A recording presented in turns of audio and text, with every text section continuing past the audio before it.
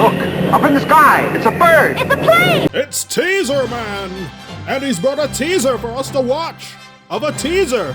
Of a trailer! Of a movie! Let's see what the damage is, shall we?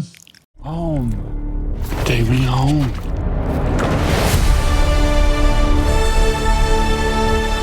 My heart is so full of hope that it's making me tear bend. You know, as a DC fan who died the most painful of deaths at the sight of Batman vs. Superman, I must say, this was a very good trailer. Kal-El, who did this to you? Kal-El. This looks like the work of a school bully. Is that Yamcha? Do you bleed? Why, yes, but only if the plot demands it, if I'm being honest. And if I'm being honest, I've never cared about Crypto the Superdog. I've never hated him. I've never loved him. I'm just indifferent towards him. But seeing him be called to bring soups home, it's adorable and cool, and I have liked a few of his cartoon appearances. Now this is a proper Lex Luthor. Bruce Wayne meets Clark Kent.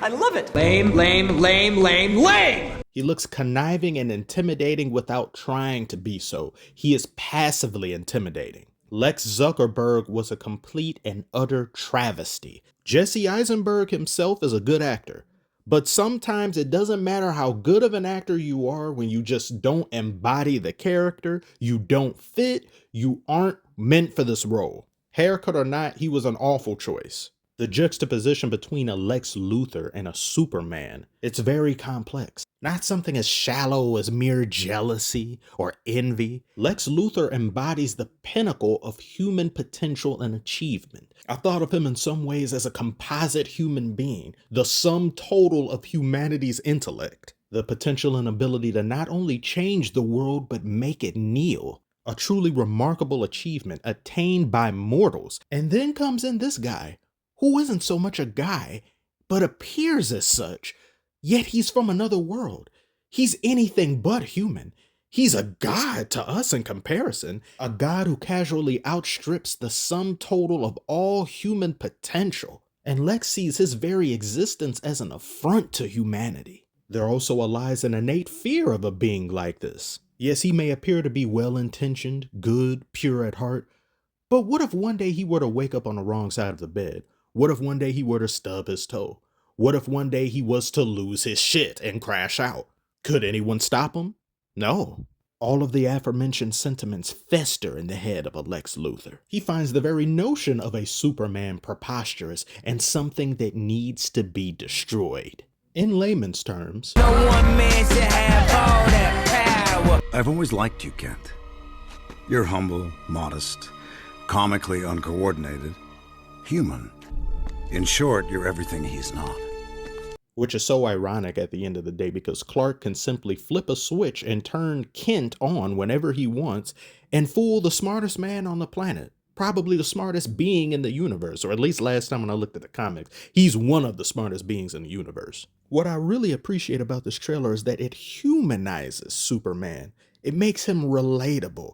It's something that Man of Steel kind of got right, but then threw to the wayside, I believe, and then became edgier and edgier, or at least the series of movies that followed it, because they were trying to maybe juxtapose themselves from Marvel's wackiness and lightheartedness. Man of Steel, in all honesty, to me, got Superman half right.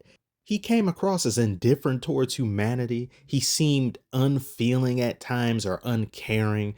He sees himself as over here and then everyone else is over there, despite having grown up on the planet, which is something I think a lot of interpretations of Superman, primarily just on film, other than the Christopher Reeves example, they've looked at him as this alien, this all-powerful alien, rather than a boy who grew up on a farm who found out he was all-powerful later.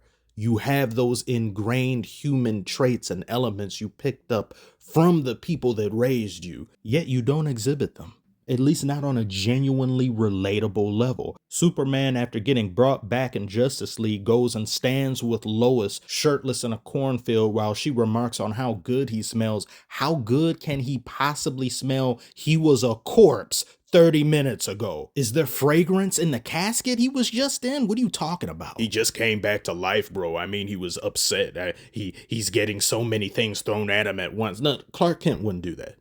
Superman would not do that. I believe that's the key, integral, important thing they have to get right with this movie. James Gunn was able to pull off so many great things with Guardians of the Galaxy. He was able to make audiences shed a tear about a biomechanically tampered with super raccoon and a sentient twig. Capturing the audience's hearts is far more important than their minds. So I hope he can do this with Superman, because I've seen how the tides have shifted. To the newer generation that's come up, Superman is seen as a lame. They don't find much about him cool or worth mentioning, and whenever they talk about him, it's always in respects to kryptonite and how he can be dumpstered, as if everyone has kryptonite up their ass and could just do away with him whenever they please. Disrespect of this level should not be tolerated. It's unacceptable. If you would have told me 15, 16 years ago, Superman and the collective of DC would just be dumped on day to day, not saying the cartoon movies aren't great, because the cartoon movies are one of the only things holding DC up. Those have always been great. But just failing on a cinematic level, trying to rush out the gate to beat Marvel, that's the only thing I could think. Marvel had multiple of their main properties taken away from them. They lost them in bankruptcy. They had to make do with B and C tier characters, and they transformed those characters into household names. Nobody gave a damn about Iron Man 20, 30 years ago. Who was that? The nigga from Wizard of Oz? Please. DC, however, had all of their properties. They had their mainstay characters. They had their powerhouses, and still managed to fail on a gargantuan level, killing Superman off in the second movie of the cinematic universe. I may never forgive whoever decided that was a good idea. Oh wait, now let's bring him back in Justice League. Nobody'll see that coming. Everybody saw it coming. In the movie posters, you had his symbol. Where else would he be? The Snyder Cut, however, that was very good. But it's too little too late. It made me mad at the end of it. Even when they do good, I get mad. It's just, it's such a wasted opportunity. And you can't get it back either. You could throw it all in the garbage. I'm sorry to some of the actors that played certain characters. Some of you did kind of good and all that, but no, most of you can go. All of you even. Start over from scratch.